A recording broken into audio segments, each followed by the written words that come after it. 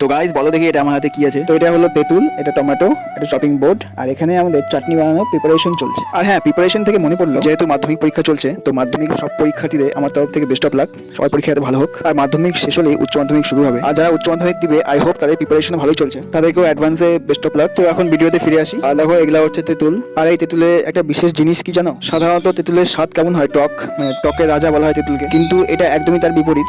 আর এই তেঁতুলটি হলো মিষ্টি। তো গাইস এখন তেঁতুলের খোসাগুলো ছাড়িয়ে এগুলো জলে রাখা হচ্ছে। আর এই মিষ্টি তেঁতুলগুলো কতটা মিষ্টি সেটা চেক করার জন্য আমি এটা খেলাম। মিষ্টি তো আছে, বাট কোথাও কোথাও টক ভাবটা একটু আছে। ইন শর্টে এগুলোকে টক মিষ্টি বলা যেতে পারে। আর কথা বলতে বলতে দেখো রান্নার শেষ পর্যায়ে চলে আসছি। তেঁতুলগুলোকে এখন মেল্ট করা হচ্ছে।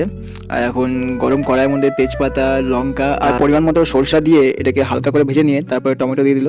আর টমেটোটা হালকা সিদ্ধ হওয়ার পর তারপর তেঁতুলগুলো দিতে হবে। আর এই যে গাইস তেঁতুলগুলো দিয়ে দেওয়া হয়েছে। আর এই পর্যন্ত কার কার মুখে বন্যা এসেছে প্লিজ কমেন্টে জানিও। আর এই চাটনিটাকে একটু স্পেশাল বানানোর জন্য কয়েকটা কাজু বাদামের টুকরো দিয়ে এটাকে নেড়ে ঘেটে ফাইনালি রেডি আমাদের তেঁতুলের chutney. So guys bye bye and take care.